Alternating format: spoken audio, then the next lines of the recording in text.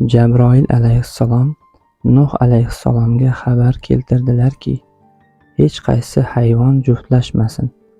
Bir kuni it juftlashgan edi. Mushuk Nuh alayhissalomga xabar berdi. Isbot qilolmadi. It tondi. Yana bir kun mushuk ko'rib qoldi. Darhol Alloh taologa munojat qildiki, ey bor Xudoyo, men kelguncha shu holatda ushlab turgin. Nuh alayhissalomni boshlab keldi. It ajrashmoqchi edi. Ajrasholmay qolib sharmanda bo'ldi. Itlarning chatishib qolishi shundan qoldi. So'ng it ham munojat qildi.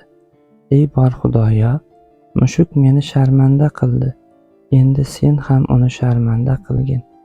Duosi mustajob bo'lib, mushuk juftlashsa avval mov bo'ladi, kuyi kabi. So'ng tom labiga kelib, dod faryod bilan juftlashadi. Bilmagan kishi qolmaydi.